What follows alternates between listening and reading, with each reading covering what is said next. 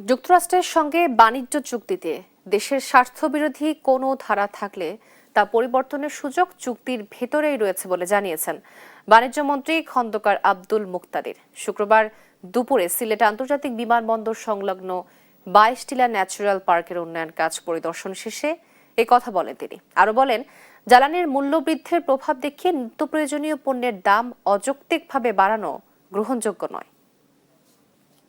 এটির বাস্তবায়নের সময় এমন কোনো কিছু যদি আমাদের সামনে আসে বা প্রতিভাত হয় যে এটি বাংলাদেশের স্বার্থের অনুকূল নয়, তাহলে সেই ধারা সংশোধন করার সুযোগ এই চুক্তির ভিতরেই রয়েছে। জ্বালানি তেলের মূল্য বৃদ্ধি হয়েছে একটা মডেস্ট ইনক্রিজ, অন্যান্য দেশের তুলনায় সেই বৃদ্ধিটা নিতান্তই ভেরি মডেস্ট। সেটা একটা ওয়ান টাইম স্পাইক, হ্যাঁ, এটার স্পাইরাল হবে না। এই মূল্যস্ফীতিটা এটার স্পাইরালও হবে না এবং এই ইনফ্লেশনটা স্টিকিও হবে না এটার কারণে, শুধু এই বৃদ্ধির কারণে।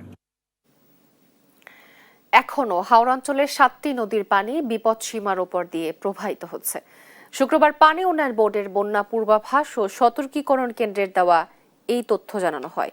গেল 24 ঘন্টায় হাওড়া অঞ্চলের উত্তর পূর্বাঞ্চলের 3টি জেলার 7টি নদীর 8টি পয়েন্টে পানি বিপদ সীমার উপরে। এর মধ্যে সুনামগঞ্জ জেলায় নলজুল নদীর জগন্নাথপুর পয়েন্টে পানি 1 সেন্টিমিটার বৃদ্ধি পেয়ে 52 সেন্টিমিটার, নেত্রকোনায় সোমেশ্বরী নদীর কলমাকান্দা পয়েন্টে পানি 6 সেন্টিমিটার বেড়ে 36 সেন্টিমিটার উপর দিয়ে, মগরা নদীর নেত্রকোনা পয়েন্টে পানি 6 সেন্টিমিটার কমে 79 সেন্টিমিটারের উপর দিয়ে, হবিগঞ্জ জেলায় কালনী নদীর আজমিরিগঞ্জ পয়েন্টে পানি 16 সেন্টিমিটার কমে 13 সেন্টিমিটারের উপর দিয়ে, সুতাঙ্গা নদীর রেল সেতু পয়েন্টে পানি 20 সেন্টিমিটার কমে বিপদসীমার 35 সেন্টিমিটার ওপর দিয়ে প্রবাহিত হচ্ছে।